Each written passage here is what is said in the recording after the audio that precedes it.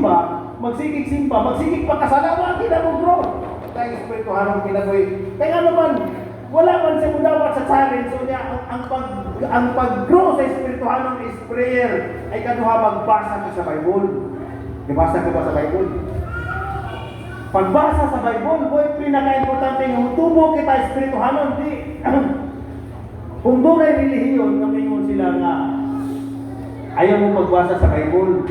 Kaya ang tunay katungod na magbasa sa Bible, maura di sila, praise God, sayop na. Kita din mga kaisunan, dili pwede nga dili ka magbasa sa Bible. Pag dili ka magbasa sa Bible, dili nyo ka matubog. Espiritu Hanong, dili.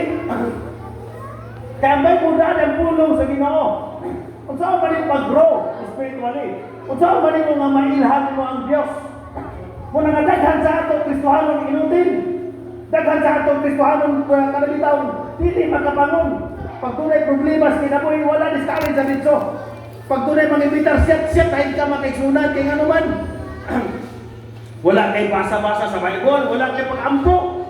Kaya naman ang pulong sa Ginoo kung basahon mo siya, buhi kayo siya.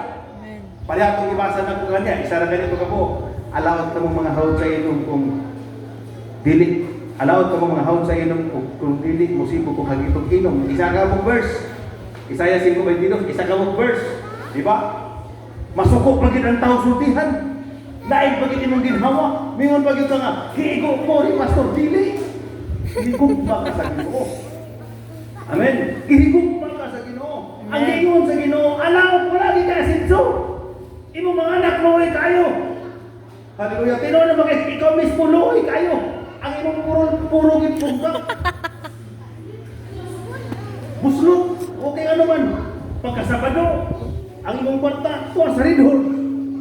Pag-uli sa balay, pagkaisunan. Nangutang pagtinapa. Pagkahuman. Nangutang pagintagpan. Utangan pagin ka. Ang imong asawa mga iksunto na nabilin. Size naman ang inabilin kang 6 pesos na lang. Preso. Saan ko pa niya nanapay mga utang-taghan kay mga kaisunan? Muna nga, magpabilin kita diha mga kaigsoon, mo nay buhat sa yawa mga kaigsoon sa paglupig sa tao. Nalupig ang tao tungod sa buhat sa yawa. Ang buhat sa yawa mga kaigsoon mo maghatag, pagpresentar, pagbubak, pangawat, paglaglag sa atong kinabuhi nga tinuod. Itandi-tandi na ko sa akong kinabuhi kaniyang itong mga kaigsoon. Paminaw sa mo. Inexfildo na ko, utong sa dili. Inexfildo na ko. Dito din sa tindahan. Mga kauban lagi ako na ako sa trabaho, mga libur. Kay libur magusona. Mga kauban lagi ako na ako sa trabaho, libur. Dito din sa tindahan. Pagkaman, hurot ang kwarta. Hurot yung mga kaigsunan. Pagkaman, pagkalunis. Mga ayaw pamilini sa mama. Trabaho ng hapon. Hangtod pagkasabado. Painom ng hapon dito sa barkada na akong sitawali. Ang kwarta mga kaigsunan. Ang pasamot ako diya nga, kung bintahon na ako akong kwarta sa gasto sa bisyo sa una, daghan na kaya kwarta. Daghan na kaya kwarta. Praise God. Kung sa imong kinabuhi, dawaton nimo si Jesus Christ, ang imong kwarta dili masayang. Amen? Mo di masayang. Pag uli nimo sa balay, nagplano ka na. Akong asawa, palitan ako og cake. O di ba? O di ba? Regaluhan nimo cake akong asawa. Imong mga anak palitan nimo paistato nimo ba? Anak bitaw, mingon din mo nga mga tutag Jollibee. O di ba? Bisan to masun lang ka, bisan to libo ka, magapakaon ka sa Jollibee. Ang imong gibisyo mga kaigsunan, di budget nimo sa Jollibee. Praise God, imong pamilya imo di ba? Kinsay nalipay? Pamilya nimo. Pag imong kwarta na hurot sa inom, kinsay nalipay? Ikaw ra. Dili pa gyud tinuod ka talipay. No, di ba nagtuota nga mo na sa akong kinabuhi, mo na akong kinabuhi sa una, dili pwede mahubog. Pag tinuod na, dili mahubog. Nagasulay na, kung ana din akong kinabuhi pagkaisunan. Pag birthday na, wakyo, dili mahubog. Samot na, mga kaisunan. Mo na nga, ang kinabuhi nga Kristohanon, pag may kaunti na nimo si Jesus, madawat na nimo siya sa imong kinabuhi, mubalik ka na siya. O sa imong pamilya, imong panalinginan niya ang imuhang pamilya. Amen. Amen. Ako musultigin ko sa inyo mga kaigsunan na ako panalanginan ko sa Ginoo.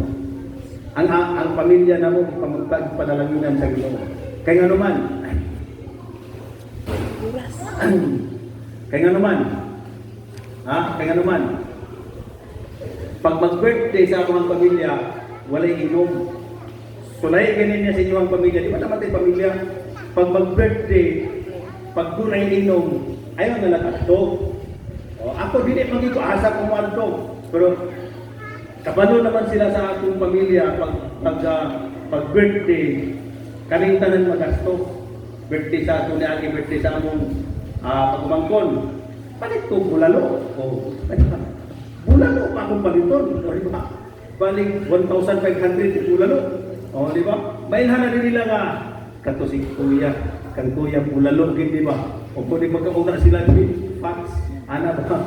Pero kay gusto pag sila bulalo kay sa mga pamilya na may dili ko baboy. O kung may dili ko baboy, ani bulalo. O di ba? Ang ako mo pasabot mga kaigsunan. Pag doon na gani pamilya na mga mag-inom-inom, galikay ko diha. Di gyud ko ma-present diha. Kay dili gyud na makatabang sa ako. Ang makatabang sa ako ang pagpangalagad kang Jesus. Amen. Gusto ka nga matabangan kaana ni siya.